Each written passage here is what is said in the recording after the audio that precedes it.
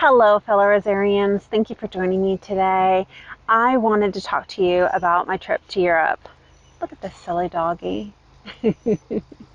I wanted to talk to you about that trip to Europe. I've been sharing videos with you over the past 2 weeks of the gardens, and I've received a lot of feedback, so we'll go ahead and get in that too. But the primary focus of this video is to talk about the hotels we stayed in, the cost, the food, my takeaways from the gardens, and so let's go ahead and dig in here. So with these videos, first off, I received feedback from just a handful of people that said the panning was too difficult. You know, sometimes I was so excited and I would turn really quick and it made it difficult for the viewer. And I apologize. This is my first time doing walking tours and I just got so excited. And once I started receiving that feedback, I went into the videos that I was currently editing and I really tried to slow that pan down. So the earlier videos you might see some quick shifts. The only thing that I'd like to recommend, rather than saying I can't watch these videos, it makes my vertigo go crazy. What I would recommend is let's go to the settings of YouTube, and I'm going to pop up on the screen here. There's 2 different ways to do it. If you are on a desktop, you are going to do this, and if you are on an iPhone, you are going to do this setting. So if you would, please consider just slowing it down. Other options is kind of what I'm doing. As I'm re-watching these videos, I get to something and I say, wow, I really like this. I want to take it in. Kimberley didn't stop long enough. I just hit pause and I sit there for a second and I really take in the whole view. And I look at those perennials and the shading and the way that they've structured the garden. And I just take that time that I need, and I've got notes and pages that I have captured after I got home of what I like and what I don't. I also received feedback that people said, you didn't say anything about the perennials. You know, what a huge loss that we don't know what these perennials are. You missed a great opportunity. That's what it said. I agree. Absolutely. I did. And hopefully one day I'll be able to go back. But I want you to keep in mind, I had a choice on this tour. The choice was stay with the guide and my group of 20 people and ask questions as I go, and I've got a mass of people with me, or give my viewers the feeling that they're in that garden alone. Step away from that group. And I chose the latter so that you all could experience it in the gardens that I were able, without people being there. So unfortunately, if I don't have people around me and there's not a tag there, I'm just doing the best I can.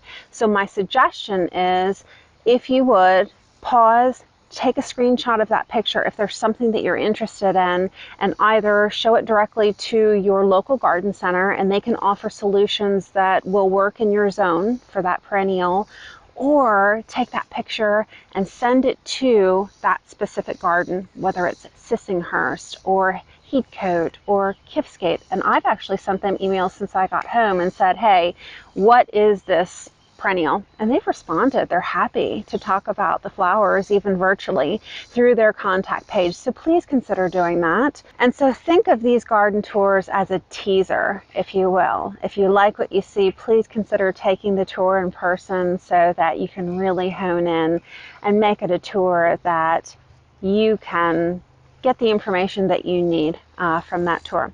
So let's talk about now the price. I shared with you in the very first video that we did the cost. It breaks down to about $700 per day. It's about an 8-day tour. So as you think about that tour and whether or not it's worth the money, first off, I'll say yes. I really think that it is. I enjoyed it. It's an experience of a lifetime. How I break down that cost, and we're going to look through these gardens and see, is it worth that $700 that day? You have to think, and I'll pop up here the notes that I took, you've got 3 gourmet meals a day. And when I'm saying gourmet, I'm telling you, you are not going to be disappointed. These are going to be meals that you dream about for years to come. The meals are so good that once you come home, you're going to say, who's going to make me food today? Because you get so used to being treated. So you're going to have different things depending on the hotels that you're at, but you always have a breakfast every morning, cereals and your coffees and teas and your fruit bowl and all of these things at this buffet table. That is in addition to sitting down at the table. You're going to look at the menu and have eggs Benedict or, a full breakfast with egg and sausage and, beans and all of their traditional foods. You have that choice also. So I'm telling you, when you head out for breakfast in the morning, you're going to be full. They will customize your breakfast for you. Me being vegetarian, there was always something that I wanted on the menu, and they would tailor it for me. Then when we go out to lunch, depending on where we are, and I'll dig into the lunches that I liked and the lunches that I didn't, but depending on where you are, it's going to be either out at a pub or it's going to be at the garden venue itself. And then for dinner, oh my gosh, you guys, the dinners are amazing. Every morning at breakfast at the hotel that we're staying at, they're going to give you a piece of paper, and it's going to say, circle what you want for your first course, your second course, and your dessert. And so there was always a vegetarian option for me. There was always an option for my husband with seafood, or if he wanted beef. So it was just amazing. When I factor in the meals, I factor them in that it was a cost to me of approximately $175 a day. Did every meal meet that? Yes, it was totally worth it. When we look at the coach, you have to factor in for that $700 a day. I think that the coach is worth $75 a day. The way that fuel cost right now, sometimes we had 2 stops a day, and when you figure that some of the drives that we were making were upwards of 2 hours, is it worth $75 for a coach trip per day? And this is just my estimate now. Yes, absolutely, it was. I estimate access to each one of these gardens at $100. Now, that $100 is going to include, not only did we have our tour guide, Christy, who was awesome, and she knew everything about everything, and she even knew the perennials, and she was fantastic. But with these gardens, we either had a dedicated tour guide who was typically the head gardener there, or the owner of the garden walking around with us. Did I think that it was worth the $100 a day that I'm estimating? Absolutely. Finally, the hotels, and I'm going to dig into some pictures here and show you. I calculate that at $350 a day. I really think that they were worth more than that. So let's go ahead now and look at these pictures. So we went to Winchester Wessex Hotel at Hampshire the very first night, even before the tour started, and that was included in the cost. That hotel I'm showing you here, it was okay. It was nice. It was what I was used to. I had no idea that first night what was in store for us with our future stays. So let's look at the very first hotel, and I'm saying a hotel, but y'all, these are manors. So Auchadon Manor.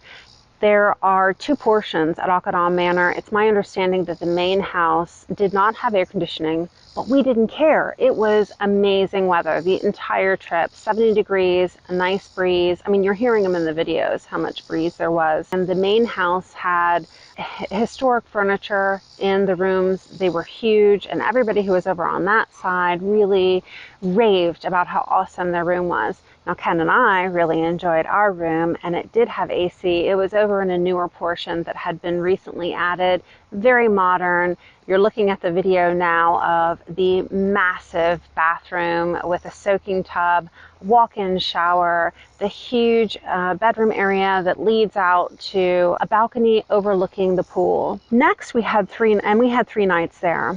Then we had 3 nights at Cotswold. Again, there's no AC, but we didn't miss it because of the 70-degree weather and the breeze. And this place, I really could have died there. It was so beautiful, and the room felt like a dream. It was really amazing. And so I'm showing you now here a video of the bathroom, the main room, and the grounds of Cotswold Manor. The service at the hotels, it was exceptional. You had people willing to wait on you hand and foot. If you placed a call and you needed a soda. They were there in a minute. They brought your bags up. I mean, they were just willing to, they wanted to be there to make your experience awesome. So now I want to talk to you about the takeaways from each one of the gardens. So keep in mind with this trip, there was a lot of walking. So it really was nonstop from the time that we got to each garden. You were going. And it was, I think, about 3 hours at each garden. I didn't capture that though. So let's talk about the overall takeaways from all of the gardens. I really enjoyed having early access. The gardens that we were able to get in just with us, it made the experience, like, it took it to a whole different level.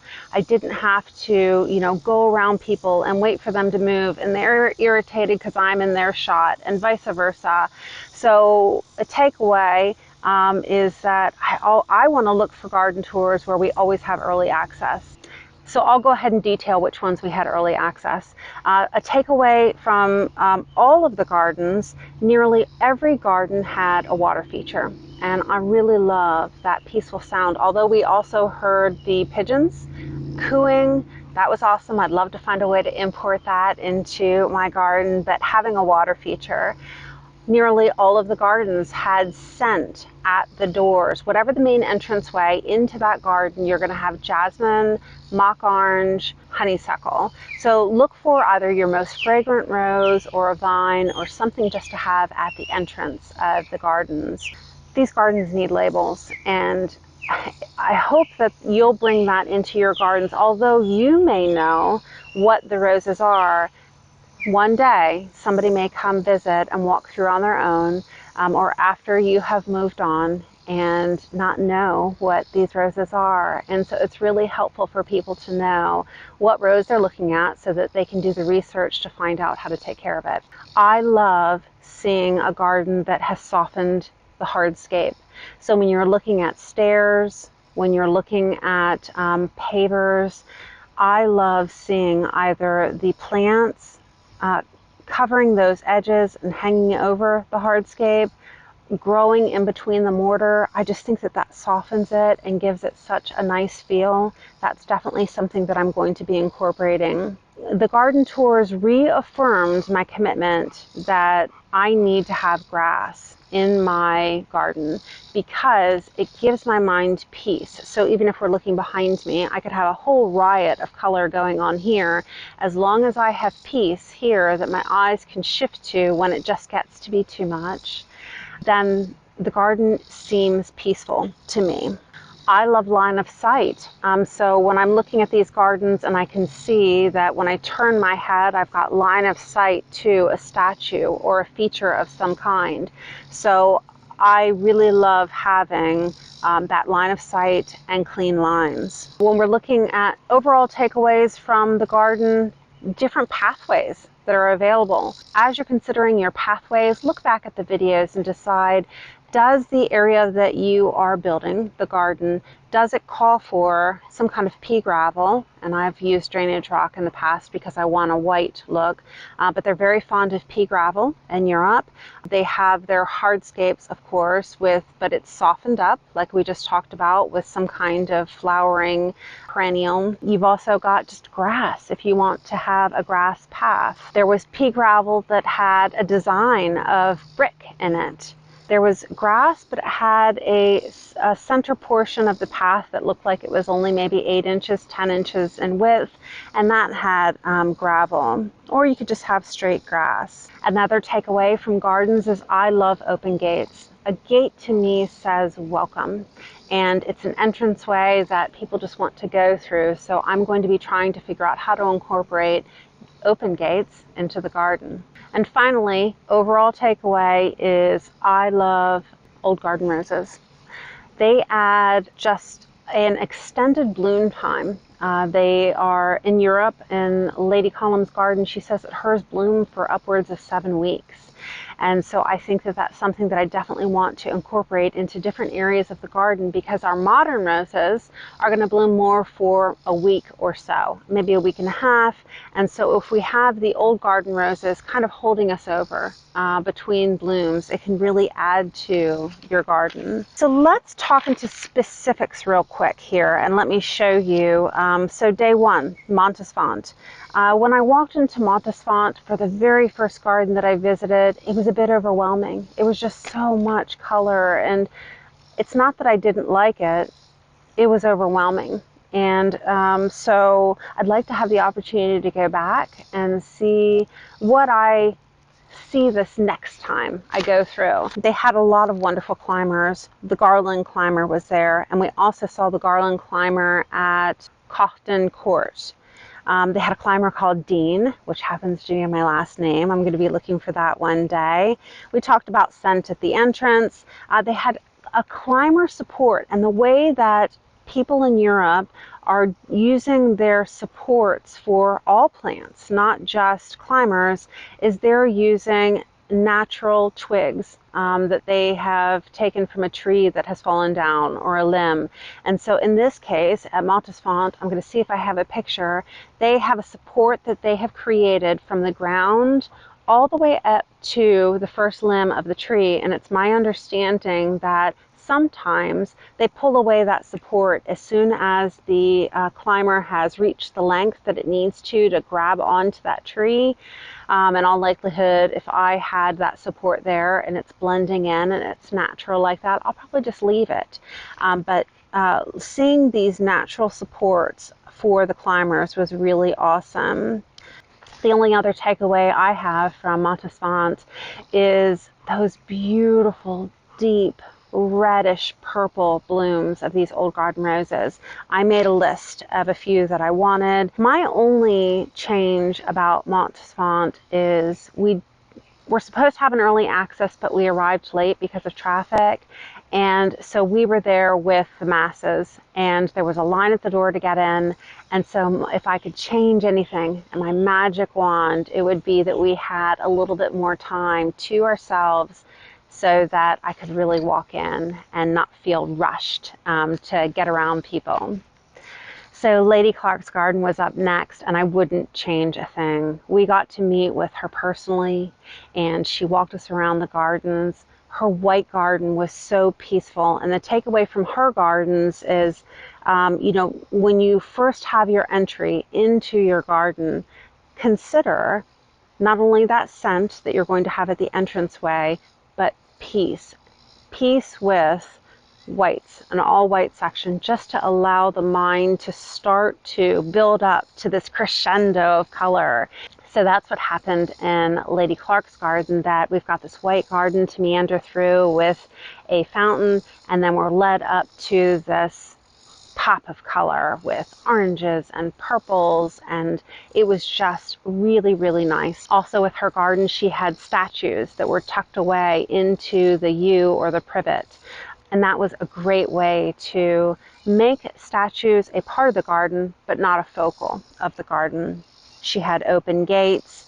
If we're looking at the kitchen garden, I really liked this peony hedge, and so I'm going to be grouping my peonies like this in the fall so that they are together. We had a wonderful lunch with Lady Clark, and it made me dream about having garden parties like that. We had a table out at the pool to overlook the gardens, as well as a table in the pool house. And the meal I'm still dreaming about, it was one of Ken's favorites, and the dessert, this wonderful strawberry with a meringue on top. I mean, it was just delightful. Next up is Lady Column's garden, and if you've watched that video, you know it made me cry. I'm not sure if it was just being on this trip and finally rested, and it was a garden that allowed me peace. I mean, I think I was probably too spun up from Montesfont and how revved up it got me with all of this color and, a little bit of the madness of all of these roses in one place. And then I probably calmed down a little bit for Lady Clark's.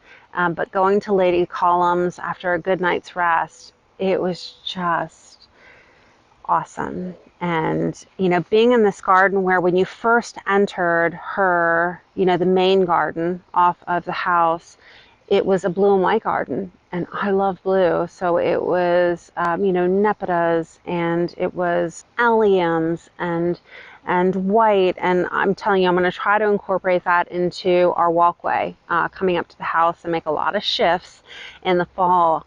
of how to accomplish that look and feel. In Lady Column, we also had a quad path. And so what I'm thinking about when I say quad path is I have some areas where you have paths meeting, and they put box hedge, two box structures, two box topiaries to flank the corners to show that you've got a choice of where you're going.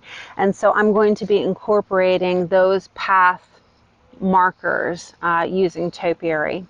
I also enjoyed seeing this box hedge that she kept it like somewhere between 6 inches and a foot, whatever need she had. And so when I spoke with the head gardeners, they said whatever size you need, they will be fine, keeping them at a minimum. She had the beautiful gates throughout the property that were very welcoming, statues at the ends of the walkways, a knot garden with planters in the middle, and so I really liked that idea, and I'm going to see how I can add that.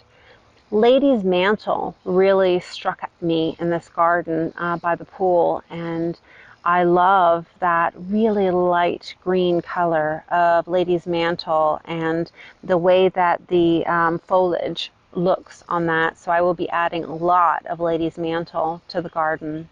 I also really liked when we talk about the knot garden, how they had their perennials within the knots to fill that area, to add a different element of design. And the final takeaway from this garden is substituting Russian sage. If you can't use lavender because your area is too wet, then try Russian sage. That may work for you.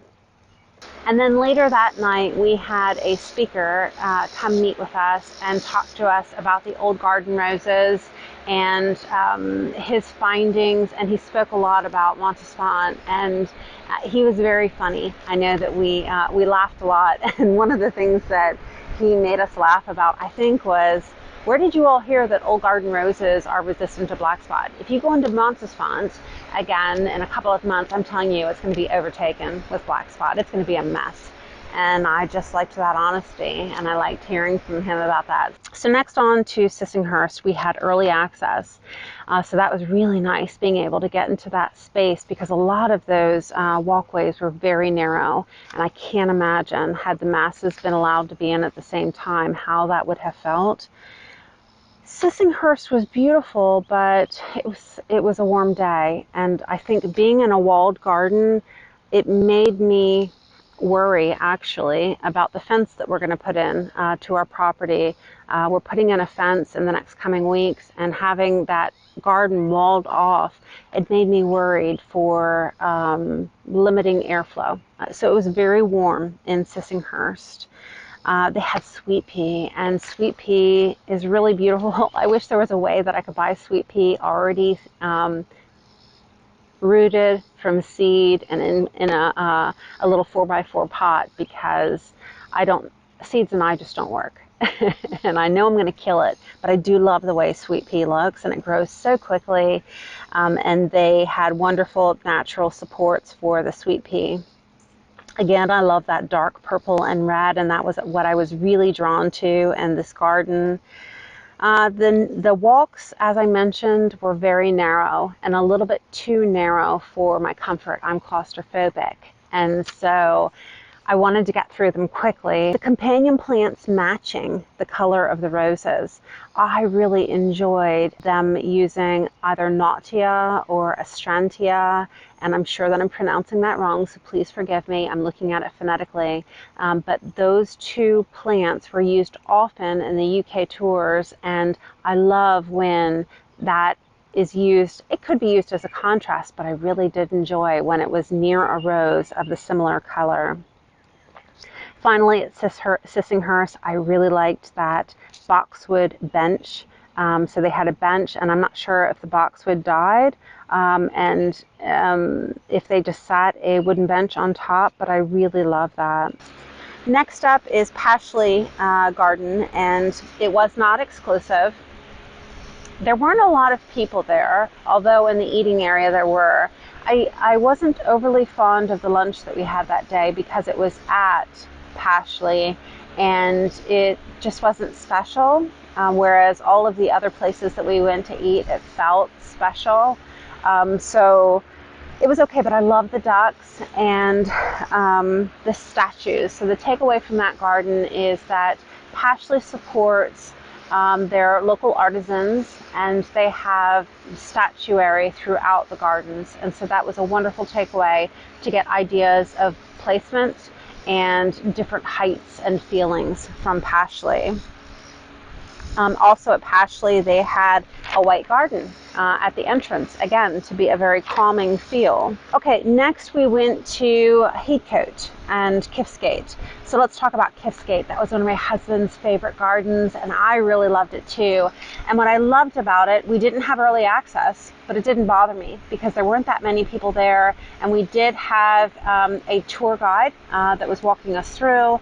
What I loved about Kiffsgate was, of course, gosh, that first room that you walk in, and it's, you know, their rose garden with the same color pink. And so my eyes might say it was Lavender Lassie and Lavender Pinocchio in that garden. And so I know that those are, well, the Lavender Pinocchio is hard to find. So we would look at, say, Princess Alexandra of Kent, and maybe have roses, Gertrude Jekyll, and roses kind of in that same color family if we were trying to replicate that here. But after you get through that first room, my favorite walk, and Ken's also, is this perennial garden. I mean, I could just walk back and forth all day. There, you see something different every single time you look at it. And my takeaway from looking at this garden is that I need to increase the size of the beds on the waterfront side. I've got enough room, I have enough grass, and so I want to increase by at least 6 feet. But I'm going to start doing that in the fall. So that I can give things more room, bring in more roses, and more perennials into the garden. Moving on to Heathcote. Heathcote is literally right across the street, you guys. So when you are finished at Kiffsgate, we got back onto the bus, and I would say it was all of 3 minutes, and you're right across the street into Heathcote. What did I like about that? It wasn't exclusive, so magic wand. I wish that it was, so that we were the only ones there. They had, as you walked in, and I mentioned giving your mind peace, one of the initial beds that you're going to walk through is that white garden. I really loved it. It was, it felt comfortable, welcoming, and so I'd like to figure out where I can emulate that. I'm just not sure in my garden. I loved having this grass space in between this border garden here of perennials. This was a garden that I could just sit in for a really long time. And it wasn't even that large. I would say that it was maybe 40 foot long. I don't know, my guesstimate might be off a little bit, but I could just sit there and stare at that garden. There was another walk in that garden, and I could sit at this bench here, and this gate, I was looking at it, and I paused the screen and said, what am I looking at here? What colors are there? Because I love this pastel feeling, but it was every color. If you look at it, it has apricots and pinks and yellows, whites. So it was a very soothing feeling as you walked through that section. They had astrantia there, which I love. They had sweet pea, and they had sweet pea trained up on just twigs to make a support. I loved that. And then I love these stairs that I showed you that have the flowers in between the steps to soften that look. It looks like something similar that I saw when I was on my trip to Charleston, and I was on a garden tour. They do that there with the steps in Charleston, so I'll be looking to add that when I can. So we went to Ludlow for a day of shopping, and I'm not sure how many hours we spent there, but it wasn't enjoyable. It was a beautiful day, and I teamed up with one of my friends, Rita, and we walked around, and we actually went antique shopping. Because I hadn't found anything on the trip so far, I was just looking for something to bring home that would remind me of the trip. And I ended up finding this, and this is a crystal flower bowl, and it has that frog in the top to be able to hold your flowers in place. The other thing that I got were these two cups. and I thought that they would look beautiful next to the sink with the nail brushes in them. So those are my takeaways in shopping that day in Ludlow. And then after shopping, that's when we went over to see Michael Marriott's garden. So next up on our trip was visiting Michael Marriott. And you just get such a wonderful, welcoming feeling when you're meeting with head gardener and owner of a garden. And his garden just felt so personable and welcoming. And I loved seeing what roses were important to him. You know, you figure he's been working in David Austin for a decade plus. And over that time, he just continued to garden and work those roses. And I'm dying to know which ones he really thought were standouts. So if you go to the end of that video, you'll be able to see the roses that he's using in his garden. And of course, it was just the trip of a lifetime to be able to see somebody's garden with summer song. And they would say, my friends would tease me and say, it's summer song in the wild. And I love seeing it in somebody's garden because we just don't see it here. And so he had summer song paired with reds, and I'm guessing that was, I'd have to look at his listing to see which red that was, because I'm sorry, you guys, I was just focusing on summer song. So visiting with Michael Marriott was so nice, and he had a tea for us and a treat when we arrived at his house. And the climber on the house, oh my gosh, it just took your breath away. And I want to say it's called Rambling Rack. I'll put it up on the board. It's a rambler, and it reminds me of Wreck. But it is a very aggressive rambler. And so after looking at that, I'd like to try to figure out how to get some growth on our house, but we have a predicament because I've got vinyl siding and my husband does not want to touch the siding. So I'm going to have to find some support for ramblers and climbers up against the house. And I'm sure that that's something that we'll be working on in the next season and sharing with you. So visiting Michael Marriott's garden was awesome because it was an exclusive visit. We were the only ones that were there. So thank you to Michael Marriott for giving us that sneak peek into your private residence. After Michael Marriott's house that night, he came to talk with us. And right before dinner, he gave a presentation. It was really nice to have extra time with Michael Marriott and to be able to spend that time with him and then ask questions. So that was a really special part of the trip. So speaking of private residence, we went to David Austin's private garden, and this is a garden that a lot of people don't get to see. The only disappointing thing about that was that there were no labels, and so we were relying on the tour guides to share with us what they thought the variety was. But the takeaway from that is the masses of color in the back garden, and so I will be planting in the future gardens that are specifically focused on my favorite varieties, and trust me, a lot of them are David Austin, in masses of color so that you can see how that looks.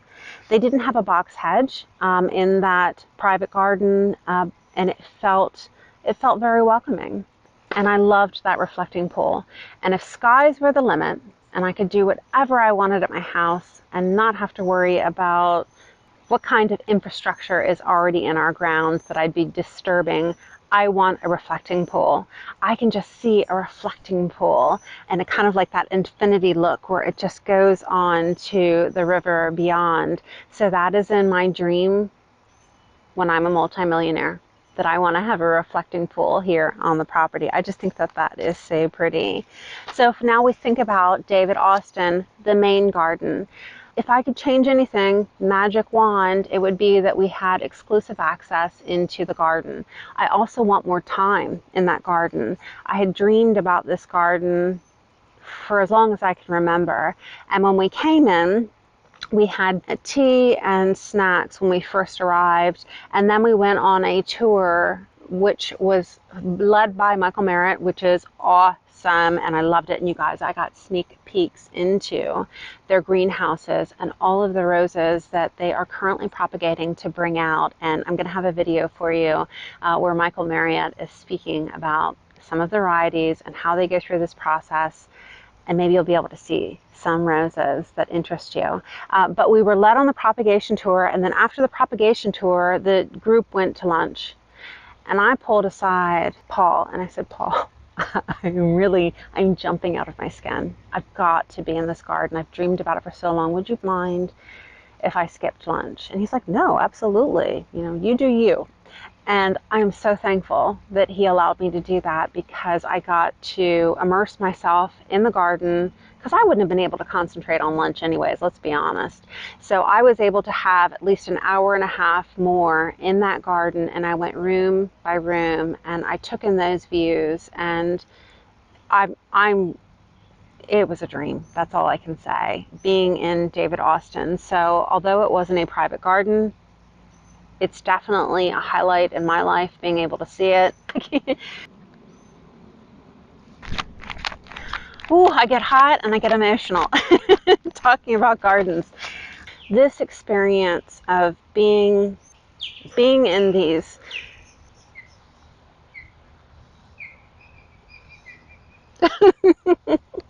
being in these gardens that I've dreamed about. So being in these gardens, it really just makes me emotional.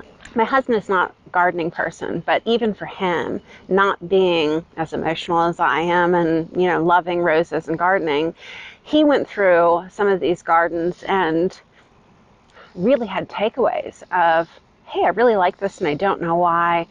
I want you to try to figure out how to emulate this. So I won't bore you with me crying anymore, but I really hope that you all have some takeaways from these gardens that bring you joy and things that you can bring into your garden to make them special. So let's continue here, try to compose myself. So back to David Austin Gardens. My only magic wand wish is that we were the only ones there. So I don't know how to accomplish that. If we could have gotten up really, really early, like 7 o'clock in the morning, we arrived before they opened. That would have been a dream, to have the entire place to ourselves and to be able to walk around and look at all of these varieties and really take in this absolutely iconic place that most of us dream about. When I think about the garden, even having all of the people there, the masses, it still felt like you could walk around and you saw I got some times to myself where we had the entire walkway. I wish that I could have taken time to look at every single rose variety and share it with you, but I just didn't have time. The video was already an hour long as it was. But I loved seeing in person that reflecting pool and those boxwoods that just weaved to it. And if I could do it again, I would try to not pan so much, but there was just so much going on in each bed, and I wanted to look at each bed. So I might redo that video in the winter and slow down the panning on that to make it easier for everybody and take out any commentary that is there. What else about the David Austin Gardens can I share? I'd really love, magic wand, for them to give an entire day at David Austin so that we had time at the gardens. I would even eat lunch there at David Austin because it's such an iconic place, and have an offering there, and then have the afternoon to do a discussion on propagation and the future for David Austin, have an entire day of nothing else but David Austin. If David Austin, the folks that are running the UK site, I would love if they would consider having kind of a museum area. If you picture you go to any museum and they're showing legacy pieces, historical things for us to look at, I would love to have a historical section for David Austin where the roses that are no longer available, not in circulation anywhere, I want to see what they look like. I would love to see in person that transition from, the very first rose that David Austin created, and then maybe see year segments. This is what the rose looked like in the initial year. This is what the next phase of roses look like, and maybe a placard that said what changed in between each phase of David Austin until we see where we are now with modern roses. And I'm sure the placard at the end would say something about creating more disease-resistant varieties with prolific blooms that, you know, can be throughout the United States and all the different zones and whatever. And so I would love that. Wish number 2 for David Austin is that they would create roses in the United States that are on Laxa rootstock. They're using Laxa rootstock in the UK, and Laxa is just, you know, a different rootstock. Here in the US, we've got Dr. Huey Multiflora, Fortuniana, and we just started getting in Laxa. So I would love to see Laxa come into the United States, and let's give that a try and see how it does here. So then we had a day at Cofton Court, and I want to call it Cofton Castle because it really looks like a castle. It was a wonderful visit, and what was really special about this garden is that it was led by the current owners. They were lovely and down to earth and our age, and so it just felt very comfortable walking around with them, and they were very jovial and lots of stories, and it really just felt like when you were with them that they were already friends. And so that was an enjoyable part of the trip. And I started that video showing you my favorite garden, which was towards the back. And it was interesting because it had this grassy area. And then on one side was a predominantly cool cover garden. And on the other side was a much warmer garden. And so it was interesting to have that in one place, both views, but it was such a special place, and I hope that when you're walking through that garden that you get different ideas. You've got a calming path leading with just lavender heading to the gardens. Great idea, very calming. So then they had a different section of the garden that was masses of color and walkways that lead to nowhere. And so that was just a fun thing to think about taking children through and having them just have so much fun walking around this garden. That was really an enjoyable trip. And most of the roses were marked. There were some that were not, and that would be my magic wand for that garden, that I'd love to see them mark all of the roses for the geeks that are coming through. So day 7 now. Day 7, we went to the Oxford Botanical Gardens, and we went to a pub in Oxford. It was a lot of walking, and it was nice to see. I'm just not sure if I could magic wand, I would have maybe not gone there. Maybe I would have gone home a day early and saving that money, looking at that cost savings. I honestly would have come in one day earlier than I did. As it was, we flew in on Saturday and we were up and running on Sunday and heading out to do tour stuff. I really think that I should have had one more day. So in hindsight, while I'm looking at this, maybe I would have come in a day early, pay the extra hotel there, leave a day early from the trip and not do Oxford, and save that money on that hotel. So then we were back to the hotel at 6 p.m. and they took us to the hotel right outside the airport.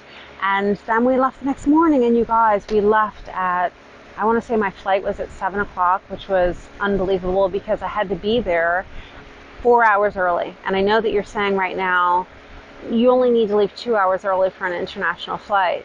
Yes, but something was going on in Heathrow. And they sent a message and said, be there 4 hours early. And my husband and I looked at each other and said, nah, do we really need to come that early? We were running for the plane 4 hours early just to make sure that we got there, and we got there right as they were closing the doors. So listen to those notices. Get there 4 hours early if you're leaving from Heathrow. So I really hope that you enjoyed the tour. It was definitely an emotional experience for me, being able to visit these gardens, and I never thought that I'd go. So to be able to see them in person, to be able to record them, and so I wanted to thank Paul Zimmerman for letting me go.